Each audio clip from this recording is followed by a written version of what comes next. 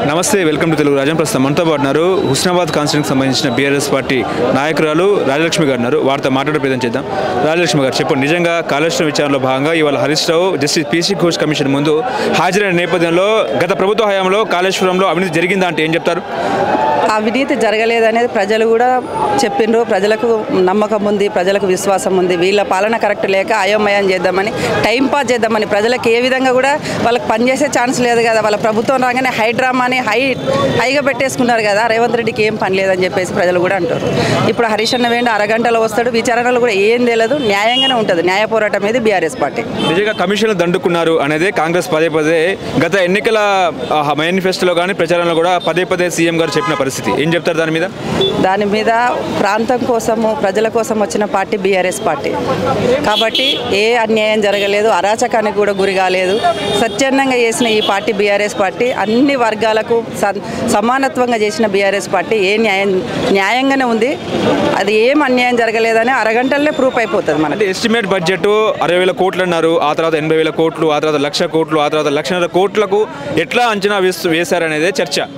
నా ఇల్లు నేను కట్టినప్పుడు ఎస్టిమేషన్ 40 లక్షలు సపోజ్ చెప్తున్నా. తర్వాత దానికి కొంచెము చేయాలి అన్న తర్వాత 10 లక్షలు పెరిగింది. సొంత ఇల్లు కట్టుకున్న నేనే ఇంజనీర్ ప్లాన్ తోటి చేసుకున్నప్పుడు జరిగింది. దానిలో చేసిన పనిని దానికి బడ్జెట్ పెట్టిరా పెట్టలేదని చూడాలి. అక్కడి నుంచి వెళ్ళి వీళ్ళ అకౌంట్కి ఏదైనా మార్పినట్టయితే ఎవిడెన్స్ రేవంత్ రెడ్డి గారు చూపించినట్టయితే మాట్లాడగలుగుతాం. ఓకే, ఎట్లా ఉంది కాంగ్రెస్ పాలన? ఈ 1.5 year పాలన ఎట్లా ఉంది? కాంగ్రెస్ పాలన ఇందిరాగాంధీ ఇజ్జత్ తీయడానికి తయారైందని చెప్తున్నాను నేను. ఎందుకని ఎట్లా అంటారు? ఇందిరమ్మ పాలన కదా, ప్రజాపాలన లేదు. ఇందిరమ్మ అని అంటే ఫస్ట్ 86లో 85లో ఇందిరమ్మ ఇండ్లు కట్టించిన ఇంకా హుస్నాబాద్ ఏరియాలో ఉన్నాయి. వీళ్ళు కట్టించిన వీళ్ళ ముఖాలకు దాఖలు లేవు. అసలు వీళ్ళు చేయాలనే ఆలోచన కూడా లేదు. అసెంబ్లీలో మాట్లాడినా బయట మాట్లాడినా ప్రజల కోసం ఈ మాదిరిగా చేద్దామనే ఒక అవగాహన కూడా లేదని చెప్పేస్తున్నాను. మహిళల్ని కోటీశ్వరం చేస్తా అన్నాడు కదండి. ఆయన కోటీశ్వరుడు అయింది కదండి. హైడ్రామాలు హై పెట్టేసిండు. ఇప్పుడు ఏంటిదంటే కాంట్రాక్టర్ల నుంచి వెళ్ళి ఈ బిల్డర్ల కాడ నుంచి వెళ్ళి పైసలు వాళ్ళ ఫ్యామిలీకి వచ్చినాయి కదా. ఆయన కోటీశ్వరుడు అయింది కదా. అయినప్పుడు మహిళలు అయితేంది కాకపోతే త్వరలో తులం బంగారం ఇస్తా, 2,500 ఇస్తా అన్నట్టు మాట్లాడుతున్నారు. వాళ్ళు డైమండ్ వేసుకోవడానికి సిద్ధంగా ఉన్నప్పుడు తులం బంగారం మా మహిళలకు ఇచ్చేది అది అబద్ధమైన విషయం. ఆ ఇందిరమ్మ అంటే నేను ఆ కుటుంబానికి అయితే నేను హ్యాపీగా నేను చెప్పగలుగుతా. ఇందిరమ్మ పాలన అనేది బాగుండేది. కానీ వీళ్ళు వచ్చారు కదా కాంగ్రెస్లో, రేవంత్ రెడ్డి గారు వచ్చిన తర్వాత ఆ పాలనకే అర్థం లేదు అసలు. నిజంగా ఊర్లో ఇందిరమ్మ ఇళ్లకు కమిషన్లు తీసుకుంటారా? 20,000, 30,000, 50,000 తీసుకున్నట్టు కూడా వార్తలు వస్తున్న పరిస్థితి. గ్రామాల్లో అట్లా ఉందా? బిల్డర్ల అసోసియేషన్ నుంచి డబ్బులు పోయినాయి.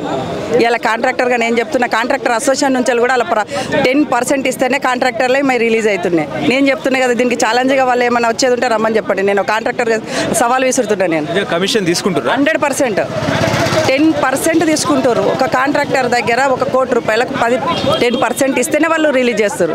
దీనికి కాదంటే రమ్మని చెప్పండి. నేను ప్రజావేదికగా తీసుకుందాం, దీనికి చర్చకు నేను దిగుతా. నేను ఒక కాంట్రాక్టర్గా చెప్తున్నా. సెక్రటరీ తీసుకుంటారా? ఎక్కడైనా తీసుకుంటారు. ఇది అందరికి ఓపెన్. అది ఓకే. ఇప్పుడు తెలంగాణ $1 ట్రిలియన్ మారుస్తా అని చెప్తున్నాడుగా రేవంత్ రెడ్డి. వాళ్ళు ఇంటర్నేషనల్ లెవెల్లో డాలర్లు కూడా పెట్టుకునే అవకాశాలు వాళ్ళు కూడగట్టుకుంటారు. ఇంటర్నేషనల్ లెవెల్లో పరిచయాలు పెట్టుకుంటారు. వాళ్ళు సరిపోతుంది కదా. ఇప్పుడు మహిళలకు ఇవ్వాల్సిన వాళ్ళకు అవసరమే లేదు. మహిళలను కోటేశ్వరాలు చేస్తామని ఎప్పుడైతే అన్నారో వాళ్ళు 4 ఉన్నారు, మహిళలు అవుతారు.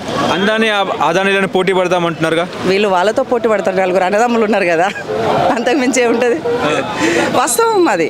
ఎందుకంటే గత ప్రభుత్వం 10 సంవత్సరాల నుంచి వాళ్ళు అజ్ఞాతంలో ఉన్నట్టున్నారు. ఇప్పుడు బయటకు వచ్చారు కదా. వీళ్ళు చేసే దురాచకాలు ఎంత ఉన్నాయి, అరాచకాలు ఎంత ఉన్నాయి అనేది ప్రజలకు అర్థమైపోయింది. ఇంకా ఏం మళ్ళీ మేమేం చెప్పేది ఉంటుంది. నేను ఈ విషయం కాంట్రాక్టర్లు 10% తీసుకుంటుండ్రు అని నేను అంటున్నా కదా. వాళ్ళని ప్రజావేదికగా రమ్మనండి. ప్రజాక్షేత్రంలో దీనికి నేను సవాల్ విసురుతున్నా. డి రాజలక్ష్మిని, నేను కాంట్రాక్టర్ని.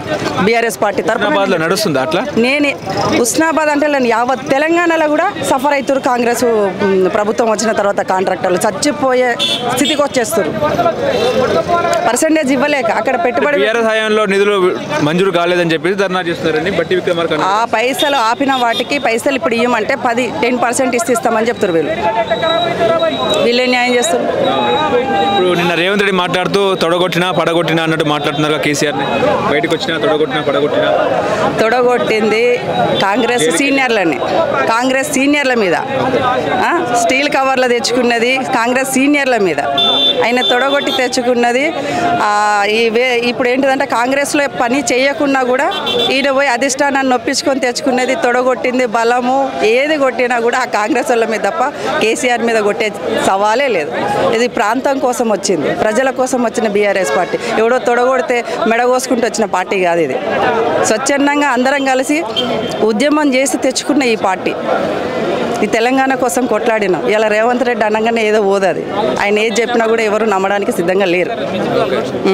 హ్యాపీగా ఉన్నారా? ఫ్రీ బస్ ఇచ్చారు కదా మేడం. ఫ్రీ బస్ ఎక్కడం లేవు. ఫ్రీ బస్ ఎక్కడం అంటే ఆయన ఒక బస్ ఎక్కి జర్నీ చేయమంటుండే, కానీ కొన్ని ఉద్యోగాలు పెట్టో లేకపోతే కొన్ని ఇండస్ట్రీలు తెచ్చో కొంత ఫ్యామిలీలను కాపాడడానికి ఏదన్నా తీసుకొచ్చిన చరిత్ర ఉందా? బస్ ఎక్కి ఎక్కడికి పోమంటుండు. పోతే తల్లిగారింటికి పోతారు కావచ్చు, అత్తగారింటికి వచ్చారు కావచ్చు, షాపింగ్కి పోతారు కావచ్చు. దానివల్ల బెనిఫిట్ ఏంది? మీరే చెప్పండి. బెనిఫిట్ ఉందా? బెనిఫిట్ ఉన్న పని ఏదైనా చేసినట్టయితే మనం మాట్లాడవచ్చు. మహిళల కోసం ఒక్కటైనా ఆయన హామీ ఇచ్చిన దానిలో ఒక్కటైనా అమలు చేసిండా? ఇవాళ మేనమామగా, అన్నగా, తండ్రిగా, తమ్ముడిగా ప్రతి ఒక్కడు అంటే కడుపులో బిడ్డ నుంచి వెళ్ళి మనము శ్మశానానికి వెళ్ళేటప్పటికి కూడా ఏ ఇబ్బంది కాకుండా చేసింది ఈ బీఆర్ఎస్ పార్టీ. కేసీఆర్ మళ్ళీ సీఎం అవుతాడు? ఖచ్చితంగా అవుతాడు. షూర్. అది మీరు కూడా కేసీఆర్ అనేసరికి మీ ఫేస్లో కూడా స్మైల్ ఇస్తుందంటే ప్రతి ఒక్కళ్ళ హార్ట్ఫుల్గా కేసీఆర్ గారే ఉన్నారు, రేవంత్ రెడ్డి గారు కాదు.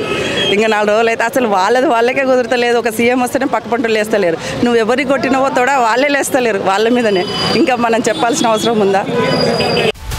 హలో, తెలుగు రాజ్యం ఛానల్ చూస్తున్నారా? సామాజిక, రాజకీయ, జీవన చిత్రణే తెలుగు రాజ్యం. అతిశయోక్తులు, అసత్యాలు ఉండవు. రాజకీయ కోణం కాదు, ప్రజా కోణమే కొలబద్ద.